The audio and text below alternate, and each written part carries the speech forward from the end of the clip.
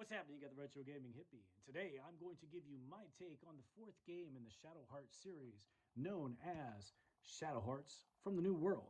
Now, this was released in North America in 2006, and if you would have purchased this game in 2006, you would have gotten the game case, of course, the game disc, which mine is in my silver PS2, and a handy set of instructions to help guide you through the workings of this game. I picked up this copy along with Shadowhearts Convent about roughly 2008 or 9 at my local thrift store. Was not familiar at all with the Shadowhearts series. I just enjoyed role-playing games. I was starting to collect games. They were a very fair price, and I scooped it up. If you have never played a Shadowhearts series game and you're looking for a good role-playing game, I do recommend this game. However, even though it is the cheapest game right now in the Shadowhearts series the last time I looked, it is not nearly as cheap as some other good role-playing games that I would recommend first, such as Final Fantasy XIII, which should be able to be snagged up at a much more affordable price. However, if you're looking for something unique and different and want to see what this Shadowhearts series is about, I do recommend picking up this one as it is the cheapest one and will give you a really good feel of the Shadowhearts series, minus Kuldeka, which is something completely on its own, but is part of the series. Now, you've seen me review the other three before. You can get my opinions on those in those videos, or perhaps at the end of this one, on my next video, I'll give you my conclusion on all the Shadowhearts series. So what does Shadowhearts bring that you won't find in other role-playing games, or that what is fun and unique that you won't probably find in other role-playing games? Well, for me, definitely the innovation of hitting with the Judgment Ring, which we've talked about before and you'll jump into, is something that is different from what I've ever played before. I love the background setting of it being a real-world type of setting and locations that you explore that you'll recognize, such as Las Vegas, Alcatraz, New York, and then there's some other locations that are not so much.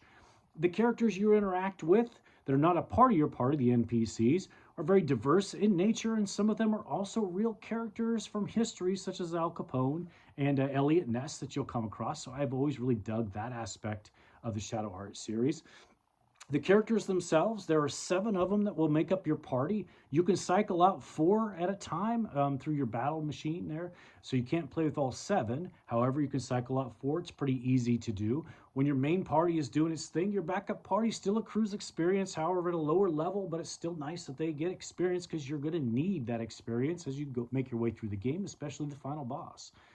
The characters themselves are, of course, like I said, very diverse and unique in their nature, and they have some very interesting and provocative animations for some of the things they do, in my opinion. However, if you've played Shadowhearts before, you've probably recognized that already. I always thought it was very creative in its design, and in its dialogue, and in its characters. That really set it apart from most of the other role-playing games. It's not too difficult, in my opinion, to pick up and just kind of play through. I did use a guide for this, which if I didn't mention before, I'm going to mention again. It was on Games Frequently Asked, and it was done by a Joanna Leona 19 Gray. And it's a fantastic, very easy to follow guide. I used it for a lot of the side quests to find that I did for my main party because that's a little trickier. But the game itself, you can listen to and talk to and figure out where to go in the game. You could solve most of the puzzles as you go through the game to get to the end of that area. You'll just have to fight probably more as you traverse and try to figure out what doors open how and things of that nature. But there's nothing wrong with grinding a bit more. You're going to want those levels for that final boss and some of the ones before it, that's for sure. Never felt too repetitive for some of that grinding. And I could always swap out some of my characters to get a different feel of the game or just a different way to play it.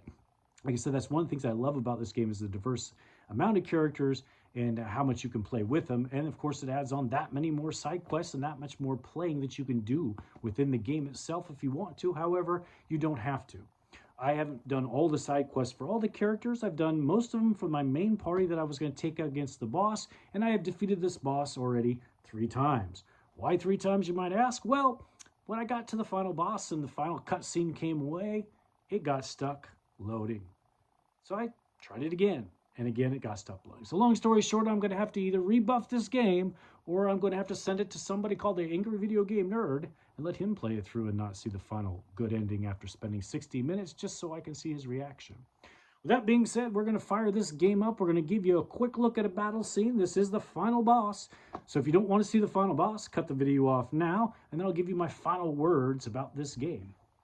Today we're going to be using the white PS2 DualShock controller. I've mentioned before, PS2 is one of the only systems where I have multiple different colored controllers because they are cheap and easy to find, and I love the PS2.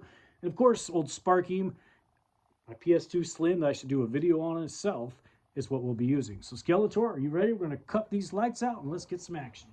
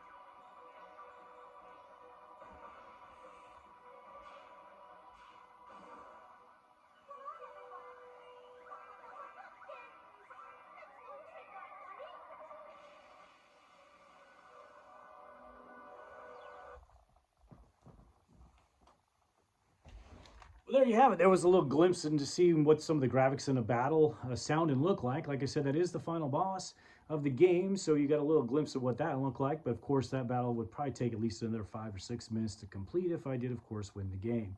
On top of the characters you saw there, which, like I said, are very unique in their design and experience, you also have a guy straight out of the movie El Mariachi, or if you're familiar with Desperado, which was kind of a remake of it, who carries a sombrero and a guitar gun.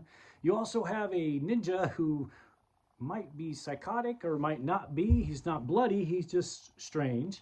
And of course, to round out the group, you have yet another Native American character that carries a couple of pistols and hunts down some evil spirits that he can then unleash or use later on. So it's a very unique, diverse cast of characters, in my opinion. Great series. I recommend the Shadowhearts series, but unfortunately, it's time for me to part with this one as well once I get it fixed and time warp back to a better time of 1980. And hit up some more D&D games. Curse the Azorbons has been calling me, along with Skeletor over there, who says we got a ton of toys in my other room I'm sure people would love to see, including some really cool rare pickups that I was shocked I found, the prices I found them, and even where I found them. If you want to see something like that, I could put together a quick video of a couple of those things that I found just to show you some of the cool stuff that I'm fortunate enough to find. So that being said, well, remember, I am the retro gaming hippie. I don't buy nostalgia because I am nostalgia.